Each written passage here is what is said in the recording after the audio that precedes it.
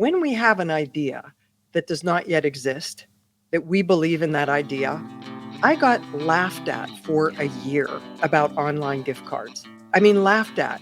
The guy who designed Dell Computer's website was in Pittsburgh at the time. And I met with him and he's like, an online gift certificate? That's not going to happen for years, you know? I found some kids from Carnegie Mellon who could build out what I wanted, and they would have to build a new website for me. When it took off, we went live. At that time I was advertising heavily in the whole tri-state area. And so we were on billboards, we were on TV, we were on radio, we were in, all the papers, and digital was really just coming of age at that point. I took our phone number off of everything to drive all traffic to the website. And I was recording my own commercials, writing and recording my own commercials. And it would be me saying, last minute gift, lasting impression. You can now purchase and print your gift card from the convenience of your own computer. Welcome to the NarrowSpaces podcast, a limited engagement masterclass where leaders are invited to share their lessons learned and experiences in navigating those narrow spaces of work and life. Thanks to my incredible guests and sponsors, we are creating a true masterclass in leadership and integrated living so that you can better navigate those narrow spaces. When the space between work and life is narrow, balance is impossible. I want to encourage you to be brave enough to lead in the narrow spaces.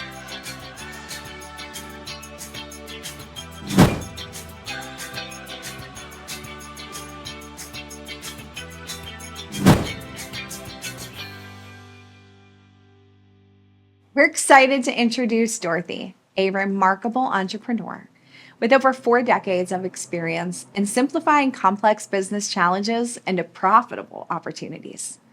At just 19, Dorothy took a leap of faith, leaving college to open her first salon, a bold move that launched her into a career where she established 9 successful businesses across various sectors. Her commitment to growth has transformed her clients' ideas into 7-figure ventures while promoting personal happiness and financial freedom. Dorothy's journey began at 16, competing in hair competitions where she learned the value of discipline. After facing setbacks, including losing her first business to a fire, she introduced the day spa concept to Western Pennsylvania in 1986, something I am personally grateful for. She has passionately served in leadership roles, raising millions for various organizations and becoming the first female leader of the Art and Fashion Group International. Driven by innovation, Dorothy pioneered the concept of instant bar-coded gift certificates, revolutionizing the beauty industry with Spa Edge Inc. Her commitment to social causes is evident through initiatives like the annual Cut-a-thon for homeless children and her leadership at the Dove Center and Shelter. As an author of 3 best-selling business books, Dorothy now focuses on mentoring entrepreneurs and conducting workshops for personal and professional growth, sharing her insights across social media platforms. Join us as we delve into Dorothy's inspiring journey and the wisdom she brings to the entrepreneurial world. Meet Dorothy Andreas. I would love to start just thinking about some of your early choices that you made. And it was interesting for me to read about your biography, but reflecting on, we're going to start with this decision at the age of 19. You made the decision to leave college and pursue entrepreneurship. I mean, the courage that you had is amazing. How did you navigate those all the uncertainties and the fears that came in this transition? Well, let me start by saying it didn't feel like courage to me at all. It felt like survival. I was working 3 part-time jobs to put myself through community college at Allegheny Community College of Allegheny County. And it was hard. I mean, it was really very hard. I didn't have family support. I didn't have financial support. And it was, I had done my first semester at CCAC, and I was transferring the credits over to University of Pittsburgh. So I went and I met with the guidance counselor there, and it was going to be tough. I was going to get certified for a teaching license because I had gone to a Votech school during high school for cosmetology, got my teaching license through the state, but I wanted to become a certified teacher in Pennsylvania because you got paid so much more if you had a teacher's certification on top of your cosmetology teaching license. So that was my journey, and it was hard. The first day that I went to the first class at Pitt, I couldn't find a place to park. I'm in Oakland. I don't really know my way around. And I'm like sweating. I'm nervous. And I had heard about this hair salon that was going up for sale in my neighborhood. So I called the woman and I asked if I could meet her later that day. I drove from Pitt to her salon. It was called Her Majesty Hair Salon. Walked in. I knew that a friend of mine was opening a salon across the street and that I would now have competition. And I negotiated the price and saved $1,000. And, she said to me, "Aren't you really young to be doing this?" And I looked at her as if this was just so, why would she even question that? I said, "Well, I'm 19." And she said, "Where are you going to get the money? Will your parents help you with this?" And I said, "No, I own my car that I drove here with. I own that. I'll sell it, and that's how I'll get the money to pay you." So I signed the agreement, and I was like, "What did I just do? I don't even know how to run a business, but I'm going to learn because I know I'm really good at my craft of doing hair." So I went home, called my parents into the living room, and said, "I have something really exciting to tell you, and I need your help. Dad, I need you to help me sell my car within the next 7 days because I just signed an agreement. I'm going to buy Her Majesty Hair Salon." And I was so proud of myself. My father looked at me and he said, "Well, you're never going to be smart enough to know how to run a business." And in that moment, literally in that moment, the FU siren went off in my head. And I just thought, "Well, I'll show you. I'll show you." And I sold the car. I walked to work for a couple of weeks till I could scrape together $600 to buy an old green jalopy. And, the terrifying thing, I think it was like the very first day, I went to check out the first client and she handed me a $20 bill. So this is in 1980, right? There's no programs for young women in business. There's no support system. There's nothing like that. She hands me a $20 bill and I open the cash drawer and I realized I didn't even know I needed to get change. And all of a sudden, my father's words were there, and I could feel my face like flushing. I could feel myself holding back tears. And she saw it, Florence. She looked at me and she said, "Honey, it's okay. I'll get my change next week." So I called my mom and I'm like, "Mom, could you bring me $20 worth of change?" And I was walking from the desk back over to the chair where the client was sitting. Now, this is 1980. It was women coming in once a week getting a shampoo and set. That was the business. All mostly wives of steel workers or worked in the steel industry in Pittsburgh. And as I'm walking back over, I'm like, I'm going to sink or swim. I still could tell you what I had on, what it felt like watching myself in the mirror walk over and going, "You will not sink. You will not sink. You're going to do this." And I started doing the next client's hair, and I didn't have a clue what I was doing. I really didn't have a clue what I was doing. I had no money, flat broke. I would only have the money that I would generate that week and that month to pay the bills. I mean, there was had no savings. Any money I had went towards buying it. And I realized that the only way I'm going to learn how to do things is by asking the clients in front of me because I'm literally spending 10 to 12 hours a day here.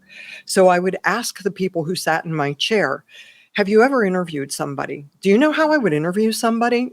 Like, fortunately, one of my clients was a bookkeeper, and she said, "Do you even know how to keep books?" And I was like, I have no idea. I haven't even opened a bank account yet." So she told me what to do, and she said, "I'll make you a deal. You come to my house on Tuesday nights. I will teach you how to keep books in exchange. This is called bartering. I'll come in here on Friday mornings and you'll do my hair." That's how I learned how to keep books. I mean, really, that was how I learned. Was the resource I had were the clients who sat in my chair all day long. And that's asking them questions was how I started the foundation of understanding how to run a business. NarrowSpaces would like to extend our heartfelt gratitude to our sponsor, Battle and Thrive. Established with a mission to uplift and empower individuals, Battle and Thrive creates clothing designed to remind us that we're never alone. Their philosophy is simple yet profound. When you wear their clothing, you're inspired to thrive through any situation, no matter how challenging it may be. In the spirit of the Narrow Spaces Show, which focuses on navigating the complexities of work and life, we encourage you to check out Battle and Thrive. They symbolize resilience and determination, helping you battle through life's struggles, big or small. To learn more about this empowering apparel and to join a community that thrives together, visit their website at battleandthrive.com and follow them on social media. Let's embrace the journey and thrive in every situation. Well, that exponentially increases the value of every single client who walked in the door, too. Yeah. They became not just a transaction, but they became just an integral part of the community that you were building to really create this space. So, how long did you keep this particular salon? So that I bought it on October 1st of 1980. In the winter of 1984, I was at a I I made some really poor choices after that. I chose like the worst boyfriend in the world who you We've all could been there. choose. I mean, it was let me just say I'm lucky I'm alive these days. Mm. It was horrible. Looking for love in all the wrong places. And one thing that I did to sort of save myself was I went to church every morning. Like every morning, I would just as many mornings as I could get there a week, but it was usually 4 or 5. I would go to church in the morning, often with my mother, and I'm bouncing back and forth between this. I had broken up with him at that point and moving back in with my mother. My father had died when I was 21. And we're on our way to church in the morning. The phone rings, thinking it's my sister because she's pregnant and she knew we were up early. It was the fire department telling me that the building was on fire. And I'm like, trying to make sense of this. Like I'm there with a pajama top tucked into a pair of jeans and a jacket on because nobody at church, it was me and 6 old ladies with blue hair and my mom. And they said, you need to bring the key to your front door to the building right away. We don't want to break the door down, but the building's on fire. You need to get here right away. So my mother and I jump in the car. And as I'm driving down the hill, the building was on the left. There was like a bar on the lower level, a bar and a restaurant.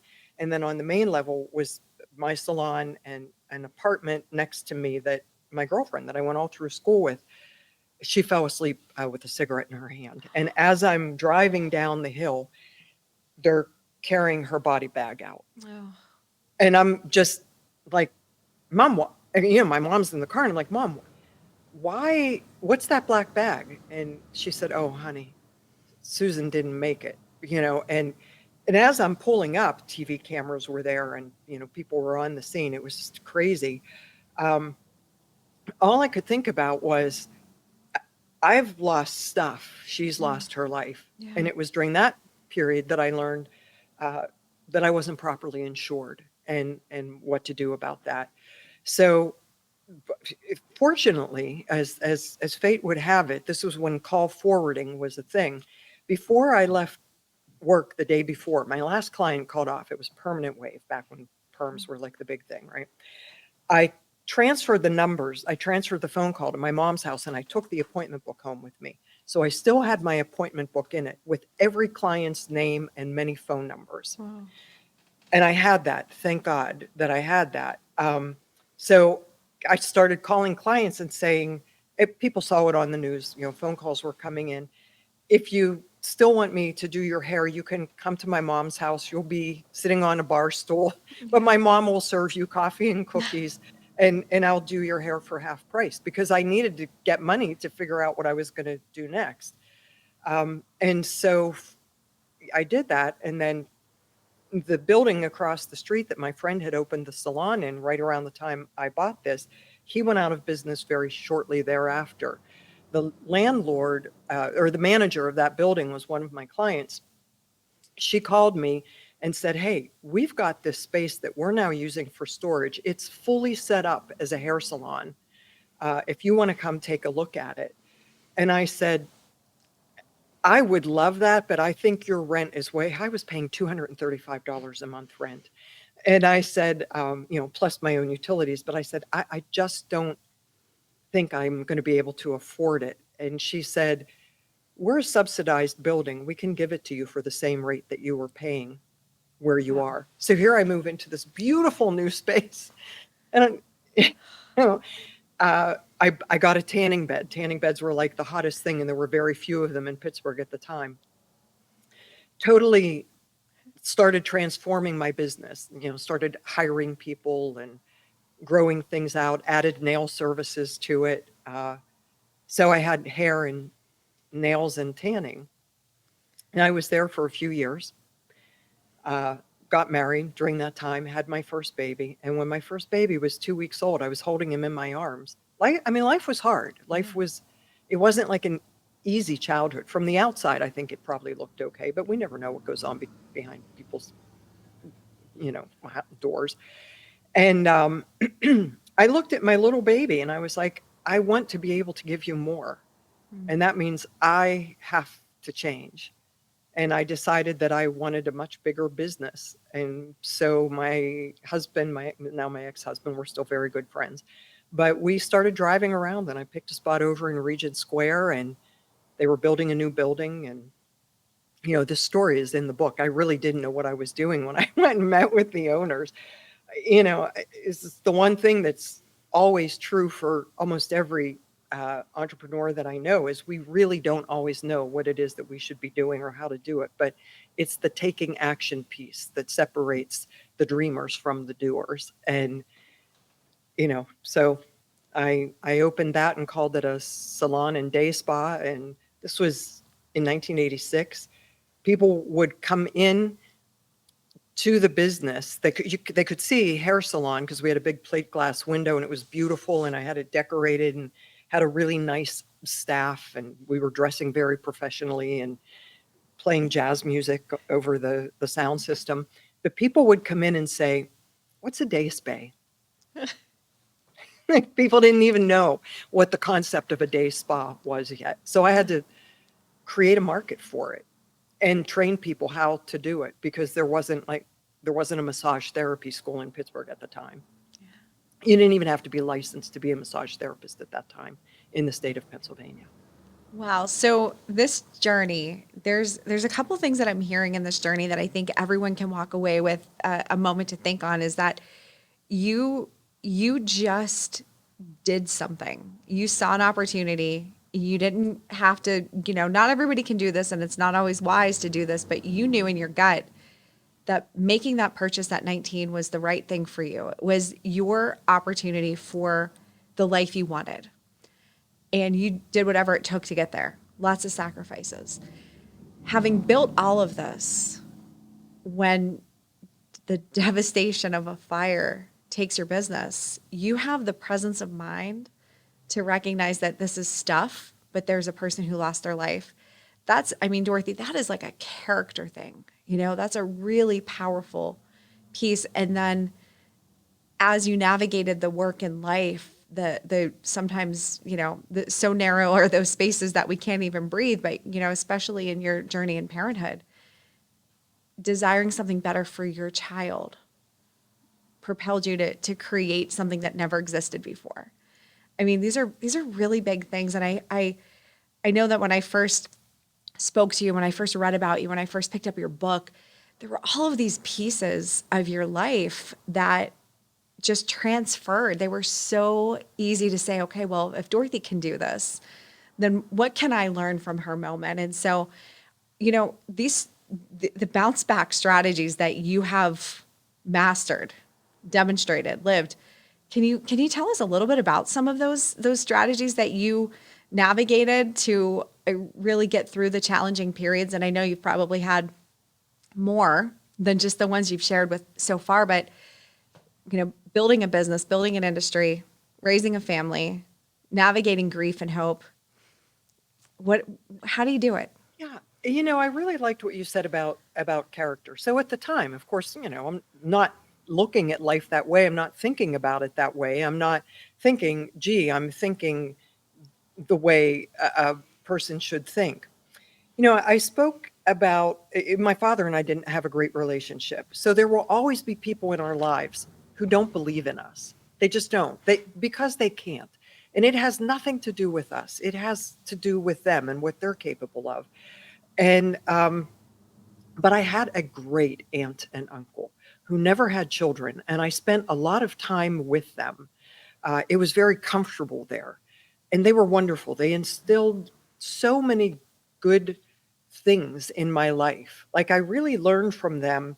You talk through things, you ask questions, you learn how to balance a checkbook, you learn how to only spend what you have to not get yourself into debt.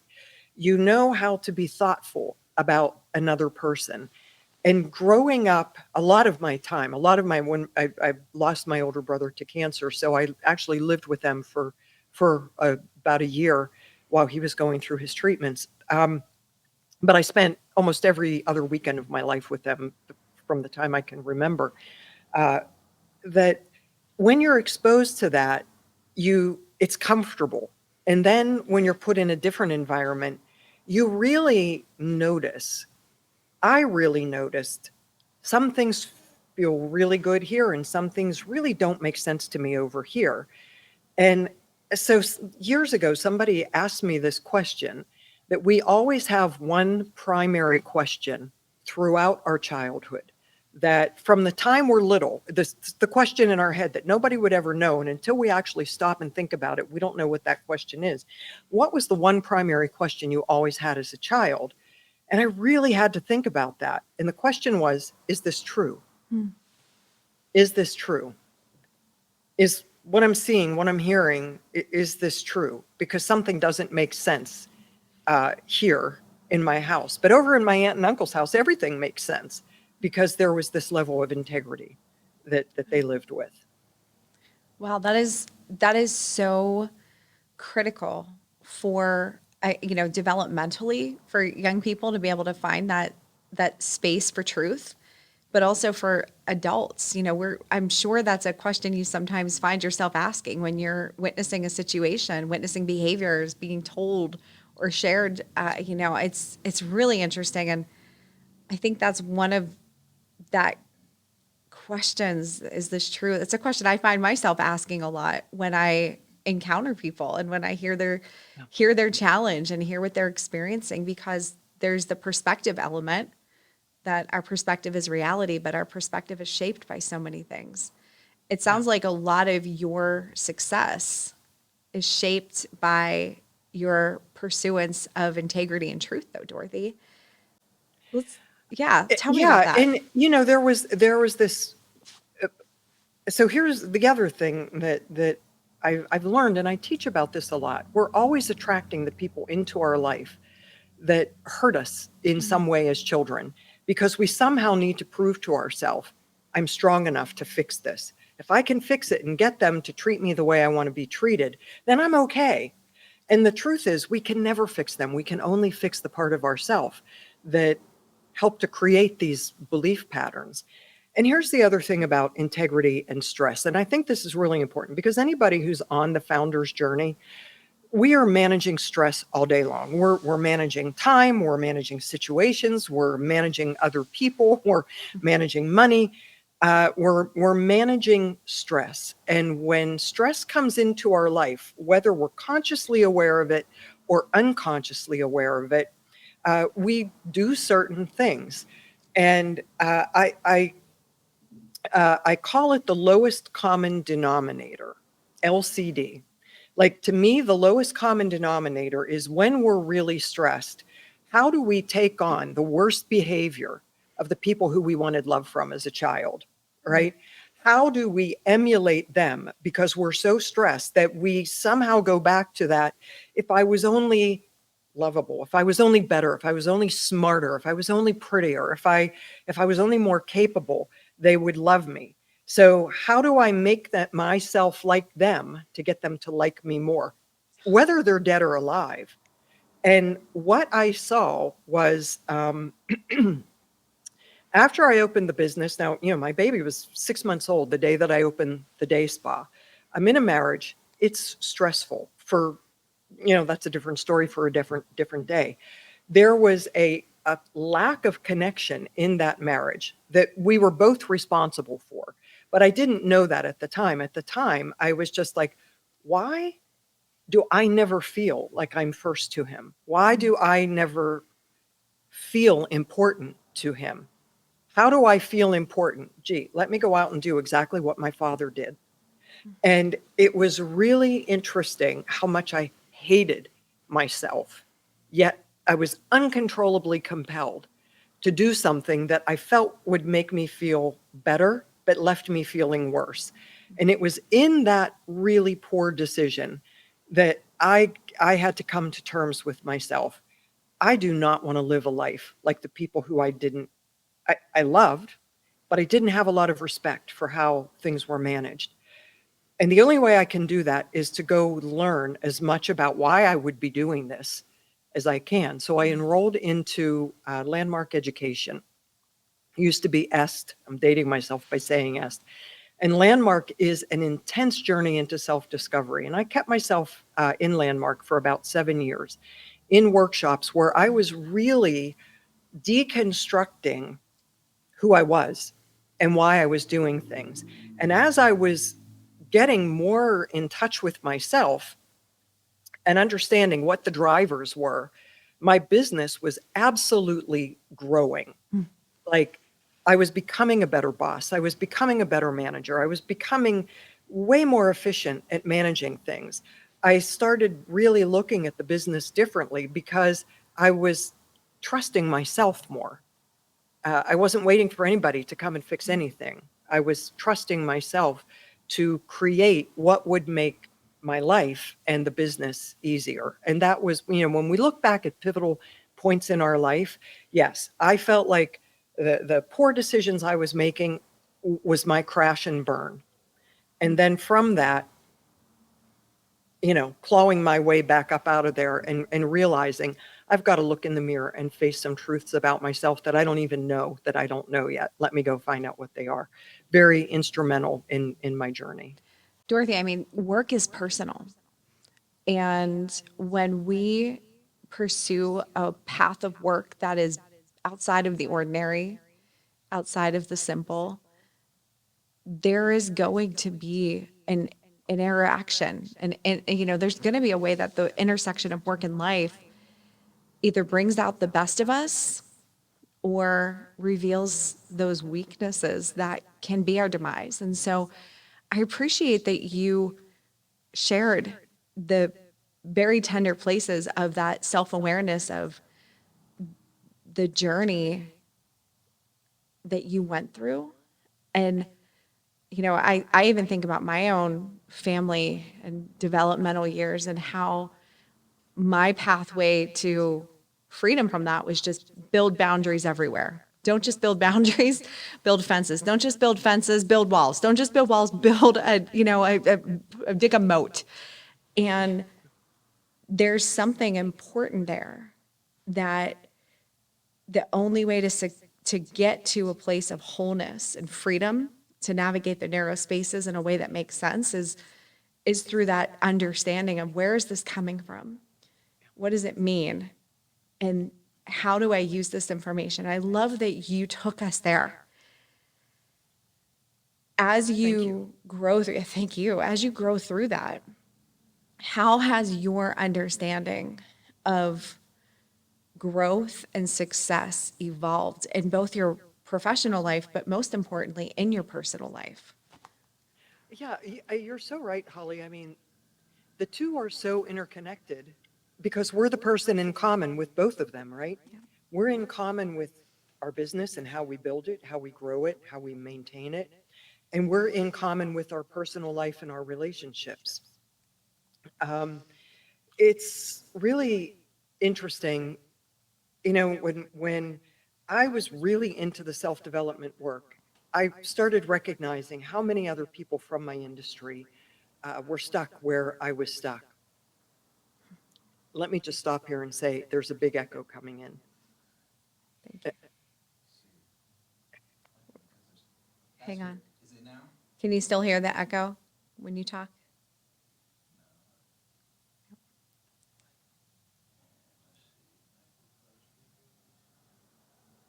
So I'll We're- just keep talking. Hold on. Oh, wait, I can hear the echo. You can hear the echo again now? Let me see.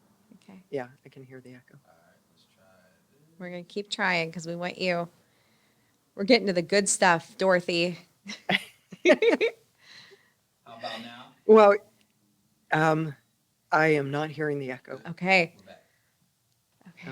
Okay. Is it okay if I start hearing it again? I'll just pause Yeah, that's so perfect. you can cleanly edit out. Okay.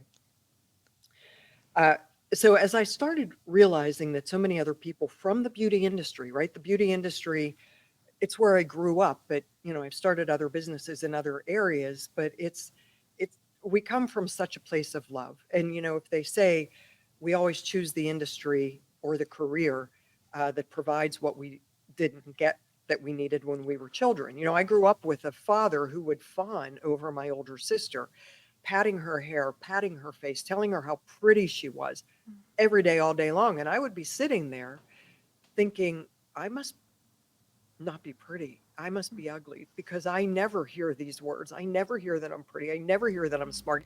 If you've been listening to Narrow Spaces and thinking about how to better navigate the tight spots in work and life, then it's time to check out Brave Women Project. BWP isn't a networking group. It's a powerful community where professional women do life together. With members across the nation and around the world and a mix of virtual and in-person experiences, BWP creates space for women ready to rise and thrive. If you're seeking support, connection, and real growth, Brave Women Project has a space just for you. Visit us at bwp.life. But one of the most important things is this concept about life balance. And when one area is out of whack, they're all out of whack. And so, Holly, what I've sort of figured out when well, I'll jump ahead a couple years later. My husband and I now have two children, so we have two little boys. And I was just elected as the international, pardon me, I was just elected as the international president of a beauty organization. I was 35 years old, first female ever to preside over a US-based organization. And I don't even know how, well, I shouldn't say I don't know how I got there. I worked my butt off and I got recognized for that work. Yes. That wasn't my plan, but that's how it worked out. So I spent 6 months amassing a wardrobe to do a lot of stage work over the next year that I was going to be presiding and traveling to other continents and in the United States, opening shows and passing out awards to people and really, a lot of stuff. And my first official duty, I was up in New York. While I was there, my house caught on fire. Now, I had mentioned earlier that I learned my lesson about insurance by losing my first business. So at this time, we're fully insured. My mom and my youngest son, who was 3, were in the fire at the time, but they were okay, thank God. My mom was taken by ambulance to the hospital, but no long-term damage. So we had to move into temporary housing. We lost everything but the shirts on our backs. My friends cobbled together clothes for my kids. They wore uniforms to school, so that was kind of easy. And here I am. I'm days away from having to be back in New York to host an event. And so the regional director calls me and he says, Dorothy, we understand you've had a crisis in your life.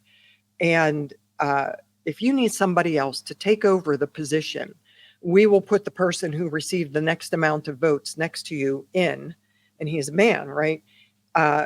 Because we understand you might not be able to handle the pressure right now. You've got 2 small children in your own business to run and you've just lost everything. And I could hear the words coming out of my mouth. No problem. I totally got this. Not only that, I'm going to grow the organization under my leadership. And as I'm saying this, there's this part of me going, oh shit, how am I going to do this? I'm living in an apartment, a Section 8 apartment, because that's the only place we could get into with a month-to-month lease. I've got like one dress that I can wear that I had on that day in New York. We've got like rented furniture and dishes and clothing. And, you know, it was just, again, it was another cluster. Like it was another cluster where the, you know, the wake up call that time was my little boy climbed on my lap, Julian. And he said to me, like at one point, I was grinding, Holly, I was grinding. I was working literally like sleeping 5 hours a night and working 19 hours a day, like working from the very minute my eyes opened in the morning until I collapsed into bed at night. And he just said, Mommy, you're not fun anymore. You know, you're a mom, you know. I was like, oh, what am I teaching my children? Like, what am I trying to escape from? And our marriage had been struggling for a while. So we, you know, we had a long talk, and I said, I need to deconstruct my life. Like I need to deconstruct what's happening here. And how do I do that? I look at what areas of what are the areas of life? And I came up with these 5. First of all, there's our physical body and our physical space, because I was very keenly aware. I just lost my physical space, and my family, my children were now living in temporary housing. Where drug deals were happening out in the parking lot. It was just like so crazy. So, you know, physical is first, and next is relationships. Our relationship with our own mind, our relationship with how willing we are to stay in the place of question and figure out why we do what we do, and the relationships with the people around us, the people in our life, that if we aren't able to stand up and clearly speak what we think, we're living a false life. We're not being authentic. And next, it was faith. It was really faith, and not necessarily religion, but really knowing that there is a higher purpose, that put us on this earth to live the life we're intended to live. And when we unplug from that faithfulness, we lose a ton. And I had been unplugging because I was so exhausted. Next is career. I mean, career is just one part of our life, but it takes up a lot of hours, and we judge ourselves. You know, we judge our self-worth on the net worth of our business. Do we have money coming in? I'm good. Are we flat broke? Are we struggling? Are we losing clients? Are we losing business? I'm not good. Like we judge our self-worth against our net worth. And last, and it's last for a reason. I mean, I thought through this whole process is money, all right? It's money, and how the money story impacts all of it. But if those first 4 elements, the physical, the relationships, the spirituality, and the career are not in good balance, the money struggles. If there is money, it's temporary and it doesn't last. So getting balance in all parts of our life. So when I started teaching this course to entrepreneurs, it was really a value add to get people to think about taking my product line into their business. It was more fun for me than anything else I was doing, seeing the changes, the epiphanies people were having. And so while all of those years, you know, over the next decades, I stayed in the beauty industry. I brought the idea of online gift cards.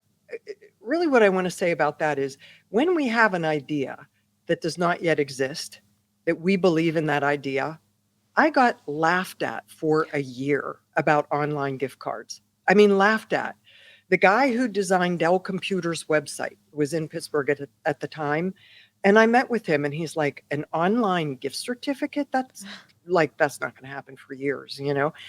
I found some kids from Carnegie Mellon who could build out what I wanted, and they would have to build a new website for me. When it took off, we went live. At that time I was advertising heavily in the whole tri-state area, but I had 3 locations for Sewickley Spa with Sewickley, Ligonier, and Deep Creek Lake, Maryland. And so we were on billboards, we were on TV, we were on radio, we were in, all the papers, and digital was really just coming of age at that point. I took our phone number off of everything to drive all traffic to the website. And I was recording my own commercials, writing and recording my own commercials. And it would be me saying, you can now, last minute gift, lasting impression. You can now purchase and print your gift card from the convenience of your own computer. Visit SewickleySpa.com, and you'd get on our landing page, and there was a big burst there. purchase and print your gift certificate now. And it was a barcoded numbered gift certificate. We put press releases out in all the publications, got a lot of international coverage. I started getting calls from around the country. Hey, can we have what you built?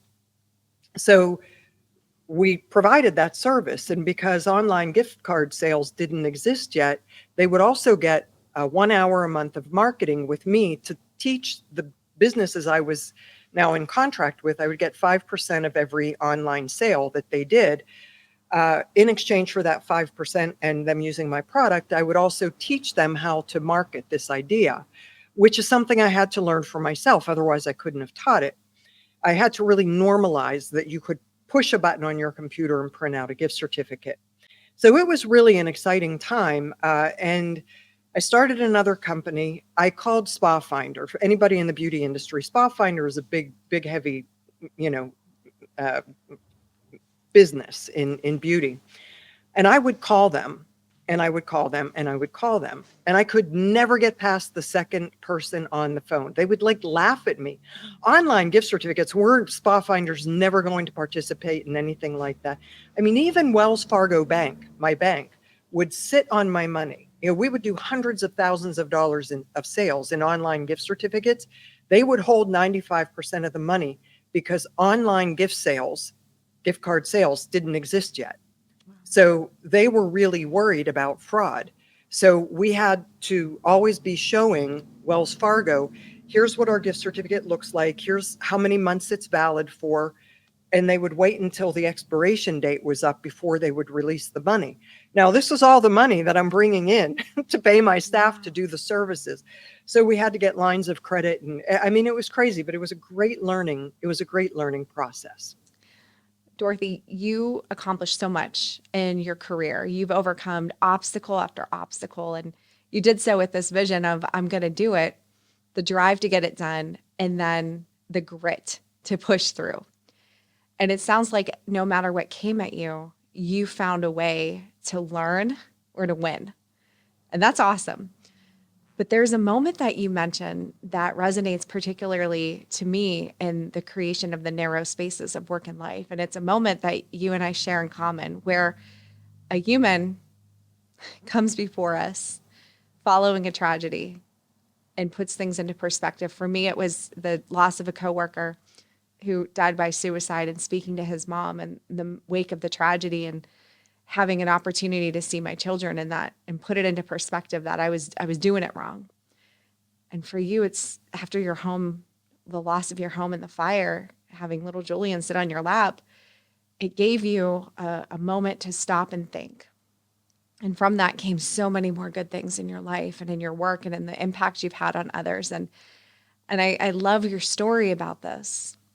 I'm wondering if there's a piece of advice that you could give us that maybe you could have given your younger self, or that you want us to remember today about navigating the narrow spaces of work and life, those categories of value that you've considered, and maybe something that we could really take home from the legends of work that you've given us today.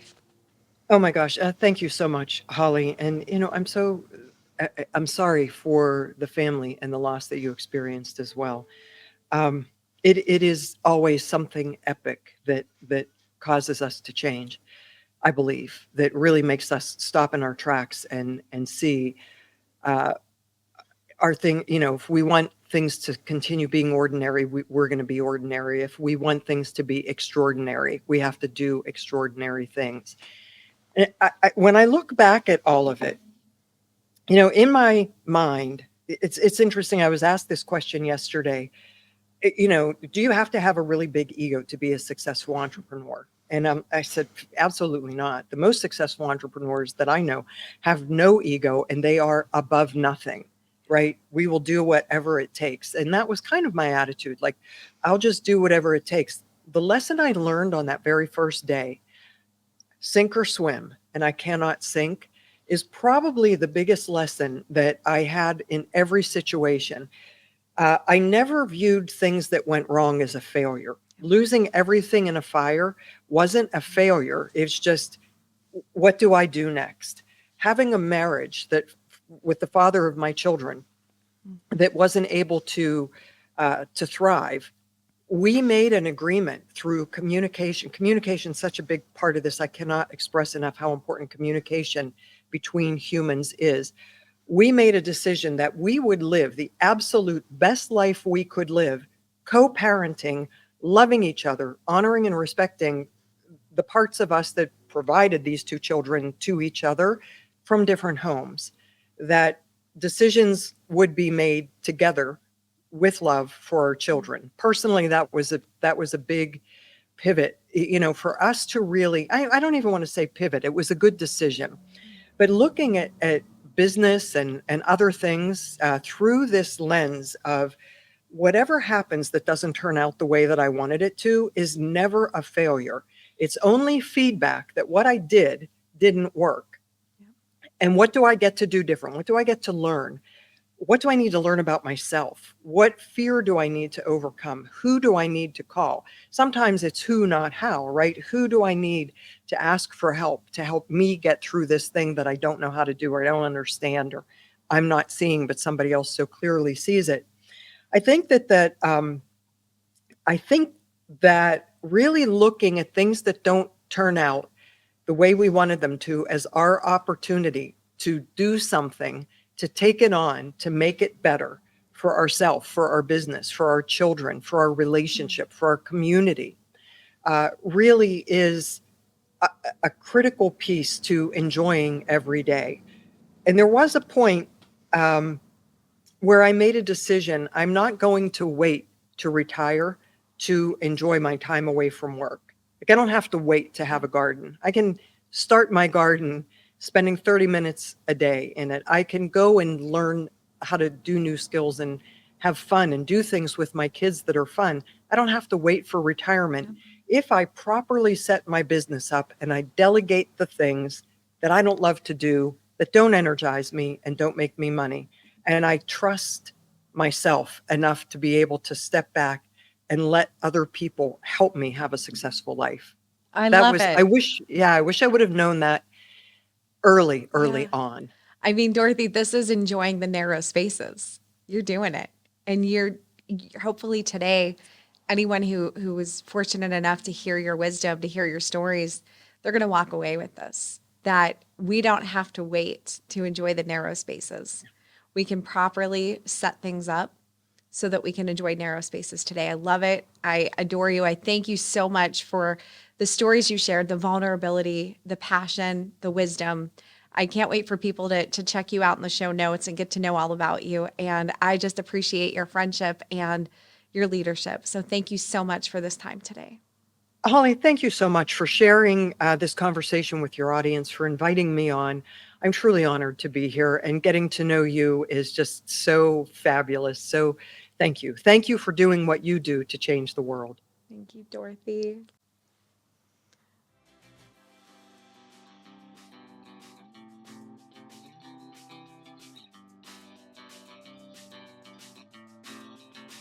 Thanks for joining us in the narrow spaces of work and life. What do? I'm on a mission to help people to have the best work of their lives. I help leaders do good. I help managers be good, and I help employees feel good.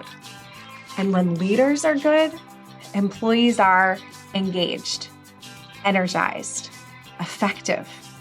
And together, we get to live the life we deserve. Be sure to check out the show notes for more information on where to connect with our guests and sponsors, and experience all things Narrow Spaces at narrowspaces.com, where you can gain access to this episode, subscriber extras, and more.